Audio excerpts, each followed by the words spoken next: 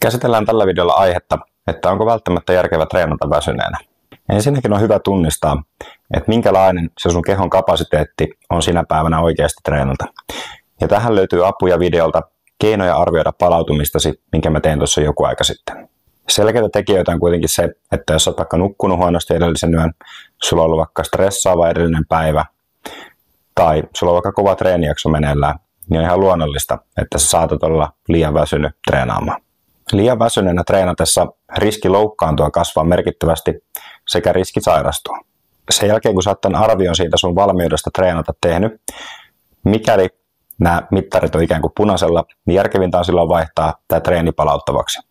Eli esimerkiksi tehdä kävelylenkki tai kevyt pyöräilylenkki, siihen päälle vähän meditoida, tehdä hengitysharjoituksia, rauhoittaa sitä kautta hermostoa, ottaa esimerkiksi kylmä-kuumahoitoa ja tehdä vaikka semmoista kevyttä liikkuvuusharjoittelua.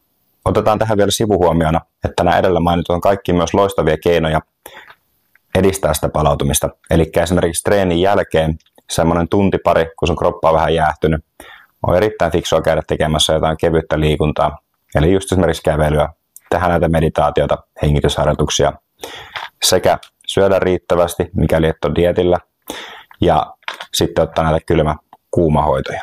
Tietenkin on fiksua käydä myös kehonhuollossa, mikäli siihen on mahdollisuus. Eli palauttavaa jumppaa ja kehonhuoltoa siirretään tähtäin sinne seuraavaan päivään. Ammattiurheilijatkin joutuu ottaa ylimääräisiä lepopäiviä, koska ei se kroppa aina toimi niin välttämättä kuin me haluttaisiin, koska meillä on myös paljon muita ulkoisia tekijöitä kuin itsessään se urheilu ja liikunta, mitkä vaikuttaa siihen meidän valmiuteen. Se yksi missattu treeni ei merkkaa mitään. Päinvastoin, kun sä keskityt siihen palautumiseen, niin se kulkee seuraavalle kerralla paljon paremmin, kun sun kroppa on oikeasti valmis siihen. Kiitos kun katsoit, pistä kanava seurantaan ja nähdään ensi kerralla.